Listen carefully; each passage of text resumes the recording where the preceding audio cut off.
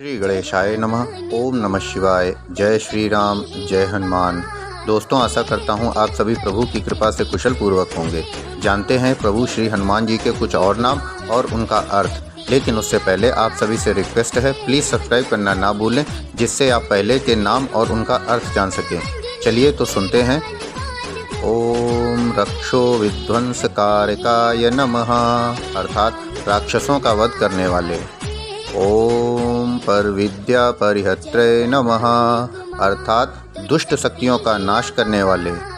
ओम पर शौर्य विनाशनाय नमः, अर्थात शत्रु के शौर्य को खंडित करने वाले।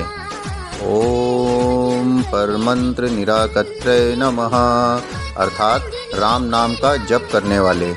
जय श्री राम, जय हनुमान। धन्यवाद। आप सभी पर प्रभु की कृपा बनी रहे। प्लीज़ सब्सक्राइब, लाइक और शेयर करना ना भूलें।